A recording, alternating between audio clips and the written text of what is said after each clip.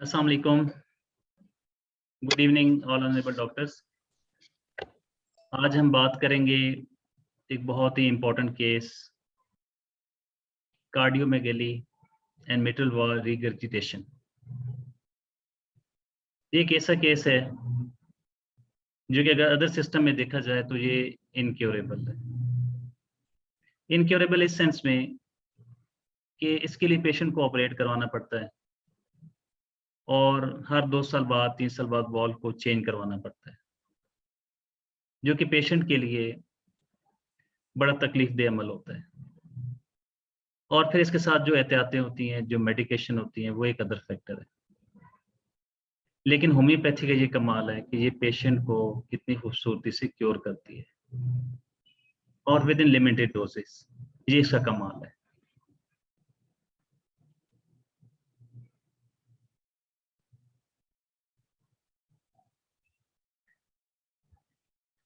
तो हमारा जो टॉपिक है, management of cardiomegaly mitral valve regurgitation grade 4 with homeopathy.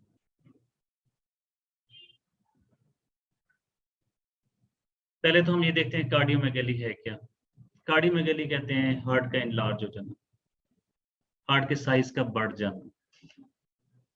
इसके पीछे मुख्तलिफ इसकी रीजंस हो सकती हैं,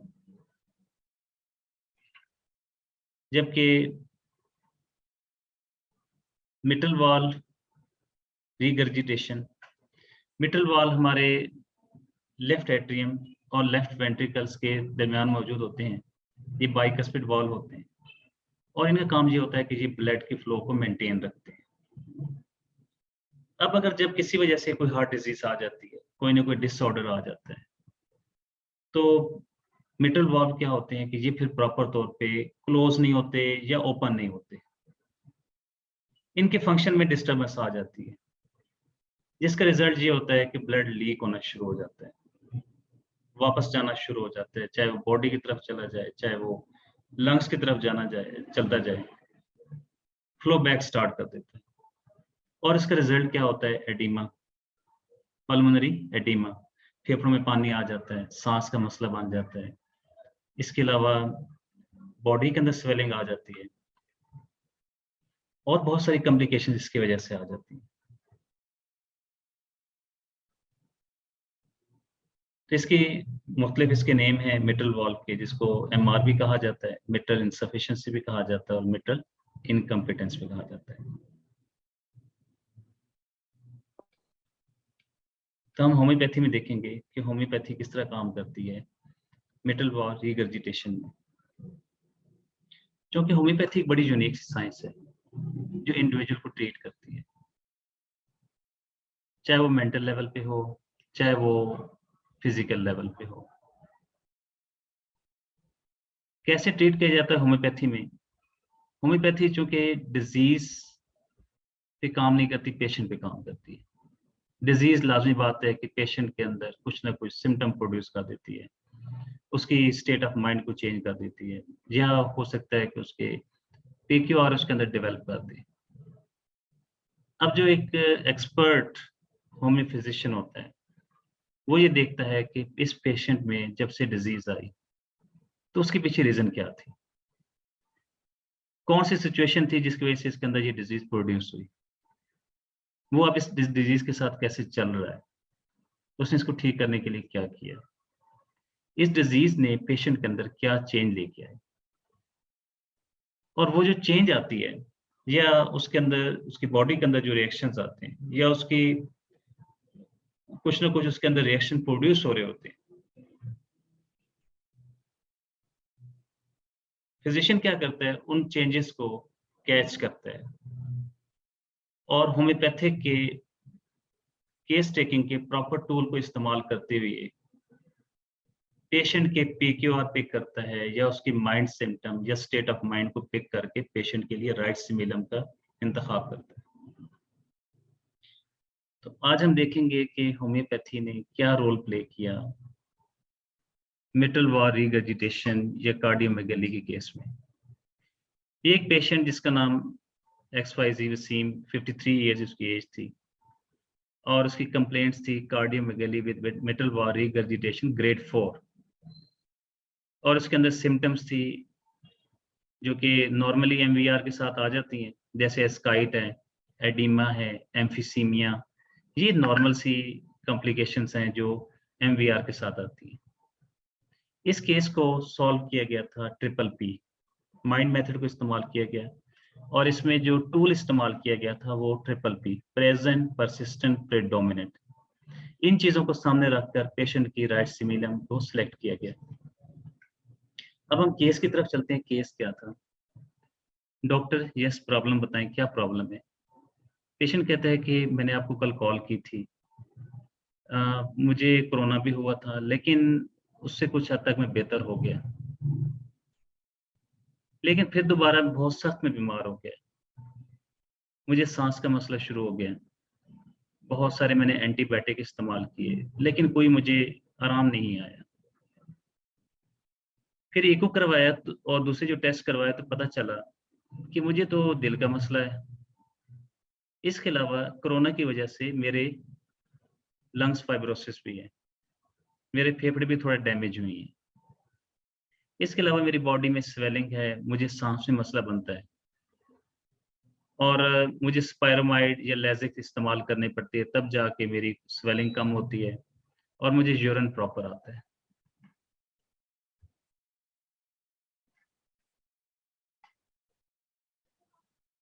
उससे मुझे थोड़ा सा कोई आराम आता है। रात को मुकम्मल तौर में सो नहीं सकता, मुझे सांस का मसला बनता है, मैं लेट नहीं सकता, स्पेशली लेफ्ट साइड पर।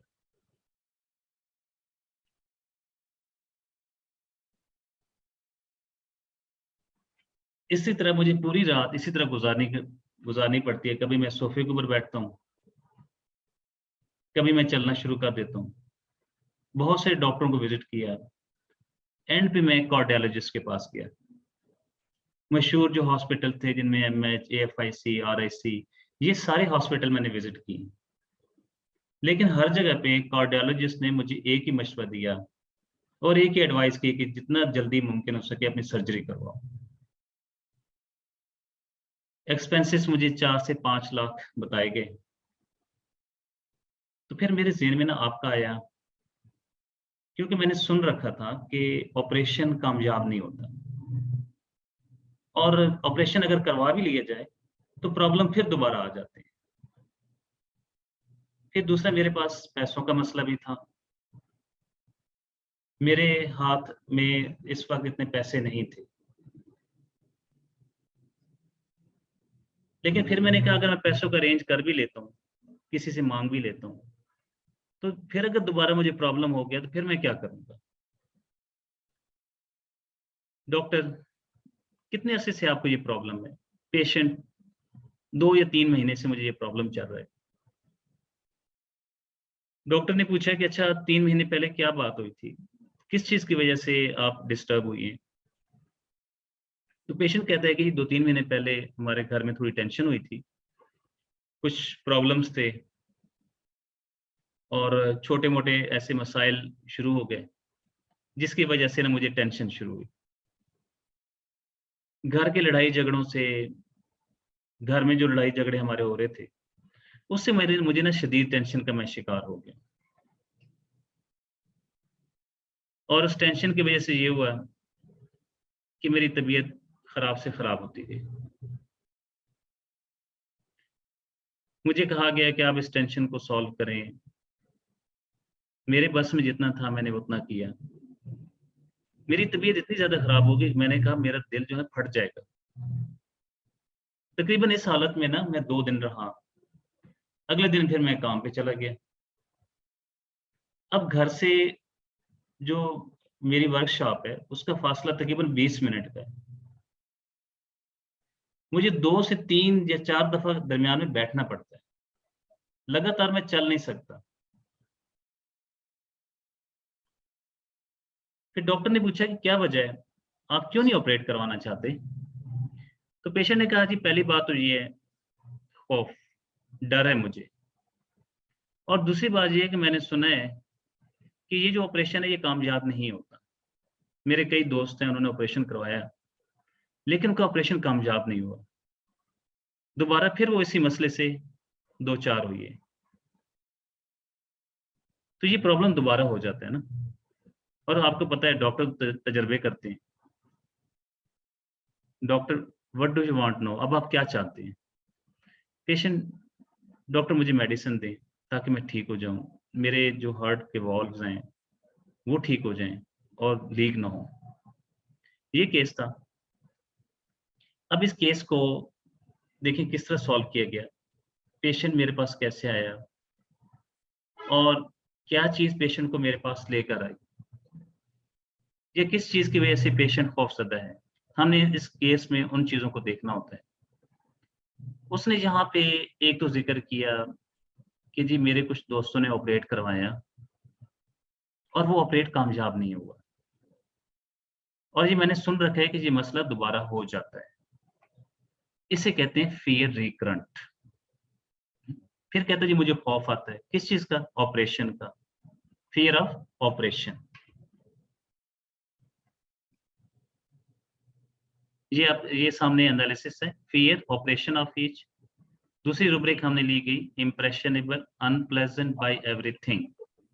ये रूब्रिक क्यों ली गई?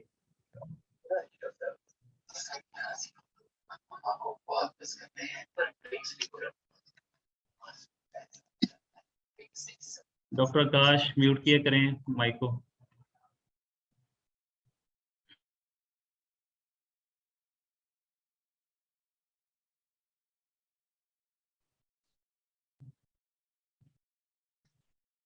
जी, तो पेशेंट ने कहा कि डॉक्टर मैंने सुन रखा है और मेरे दोस्तों ने भी ऑपरेशन करवाया लेकिन उनका ऑपरेशन कामयाब नहीं हुआ। लेकिन जब आप किसी से इंप्रेशन लेते हैं, किसी को देखते हैं, उससे मुतासिर होते हैं, तो वहाँ पे रूब्रिक आती है इम्प्रेशनेबल। अब नेक्स्ट लिखा हुआ है अनप्लेजेंट बाय एवरीथिंग। ये तब लिया जाता है कि अब ये कहता है कि मेरे दोस्तों ने ऑपरेट करवाया लेकिन उनका ऑपरेट कामयाब नहीं हुआ। अनप्लेजेंट बाय एवरीथिंग, इसके अंदर 5 मेडिसिन है। ये रूब्रिक मर्फी रिपर्टी से ली गई है। और फियर ऑपरेशन ऑफ ईच, ये सिंथेसिस से ली गई है। फिर अगली बात है कम्युनिकेटिव। पेशेंट ने अपना तमाम मसला, तमाम प्रॉब्लम्स पूरे तरीके से बताया। किस हॉस्पिटल में गया, कौन सी मेडिसिन यूज कर रहा है, कैसे रह रहा है इसके साथ, तमाम चीजें उसने बड़ी डिटेल्स में बताई। तो रूब्रिक यहाँ पे ली गई कम्युनिकेटिव। इसके बाद अगली जो बात उसके ज़हन में चल रही थी कि मैं ऑपरेट तो करा लेता हूँ लेकिन फिर दोबारा ये मसला हो जाएगा, फियर रिकरेंट। ये उसके सबकॉन्शियस में ये बात चल रही है कि मैं ऑपरेट तो करा लूंगा लेकिन फिर दोबारा ये मसला हो जाएगा, तो फियर रिकरेंट। इसके बाद उसने कहा कि डॉक्टर पैसों का मसला भी है, 4 से 5 लाख रुपए खर्च आएगा, तो मेरे लिए इतने पैसे मैनेज करना आसान नहीं है। चले मैं मैनेज कर भी लेता हूँ लेकिन अगर दोबारा फिर प्रॉब्लम हो गया, तो यहाँ पे रूब्रिक ली गई delusion money top of. Delusion money top of. इसके बाद एलिमेंट्स फ्रॉम केयर्स वरीज, जो इसके अंदर टेंशन मौजूद थी, घर की जो चीजें, घर की जो परेशानियां, फिकर्स, उन सब की बेस पे जो रूब्रिक ली गई थी elements from cares worries. And पे वो कहता है कि डॉक्टर मुझे आप दवाई दें ताकि ये हील अप हो जाए, लीक ना हो मेरे walls, carrot desire to be carat.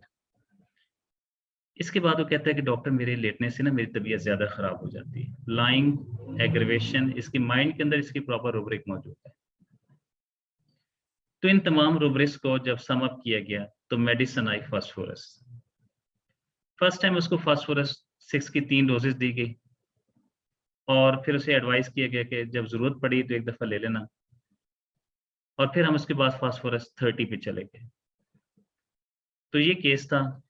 मैं इसमें आप पेशेंट की आपको इसकी वीडियोस, उसके बाद इसकी रिपोर्ट आपके साथ शेयर करता हूँ।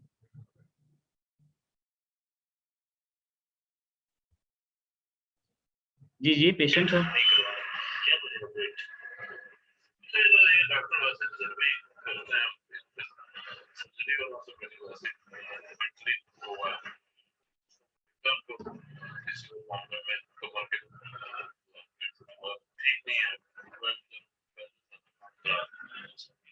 ये पेशेंट कहता है कि जी मेरे जो दोस्तों ने ऑपरेट करवाया तो पहले से ज्यादा खराब हो गया, इसलिए मैं ऑपरेट नहीं करवाना चाहता कि ये प्रॉब्लम दोबारा हो जाता है। ये इसके लंग्स की रिपोर्ट थी जो कि कोरोना से मुतासर हुए थे। लंग्स फाइब्रोसिस भी इसमें था लेकिन माइल्ड था। इसके अलावा ये इसकी डॉक्टर की रिपोर्ट, प्रिस्क्रिप्शन रिपोर्ट थी जिसमें डॉक्टर ने कहा कि ये कोविड नमूनिया से, इसका कोविड पहले क्लियर हो गया था, नेगेटिव हो गया था, लेकिन उसके बाद उसकी सीवियर कंडीशन होती कोविड नमूनिया, ये उसको ये प्रॉब्लम हो गई थी और इसी वजह से इसके लंग्स फिर मुतासर हुए थे। इसके बाद ये इसकी रिपोर्ट थी जो कार्डियोलॉजिस्ट की थी। इसमें आप इसको देख सकते हैं कि डॉक्टर ने इसकी जो फाइंडिंग्स थी, post MLP MR grade 4, mitral valve regurgitation grade 4, ये इसकी डायग्नोज हुआ था इसका, और कार्डियोमेगाली।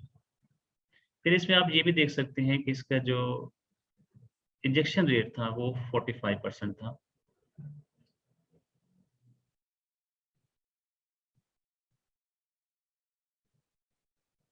फर्स्ट टाइम जब इसका एनालिसिस करवाया गया, इसकी रिपोर्ट करवाएगी, पेशेंट को चूंकि गैस्ट्रिक इशू था, काफ़ी ज़्यादा पेट इसका फूला रहता था, तो आफ्टर 1 मंथ इससे कहा डॉक्टर बाकी तो मैं बड़ा इजी फील कर रहा हूँ, मेरी तबीयत बड़ी ज़बरदस्त जा रही है, अभी मुझे किसी किस्म का सांस का मसला नहीं बनता।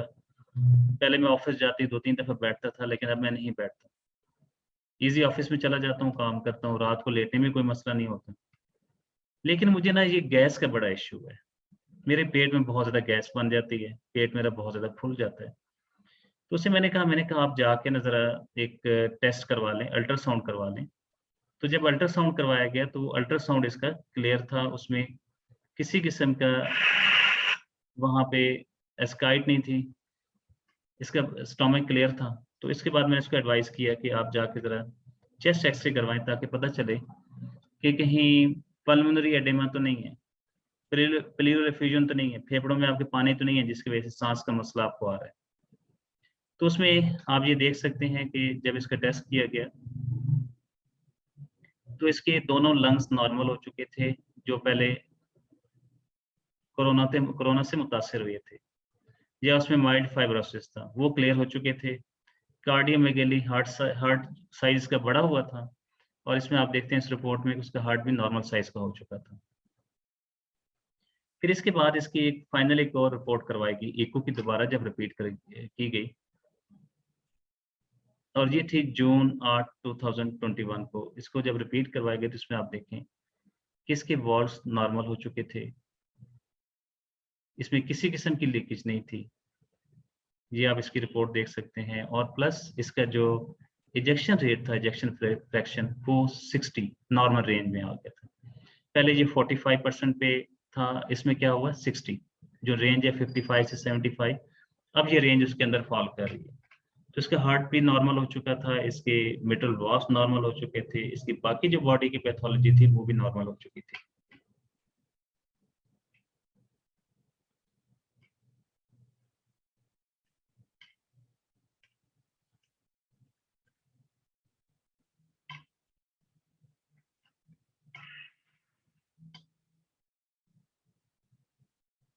तो ये था केस फास्फोरस का, और ये है होम्योपैथी का कमाल कि कितनी खूबसूरती से होम्योपैथी पेशेंट्स को अपने नॉर्मल स्टेट में लेकर आती है। थैंक यू वेरी मच, ये आपके साथ केस शेयर करना था। इस हवाले से क्वेश्चन है तो आप पूछ सकते हैं।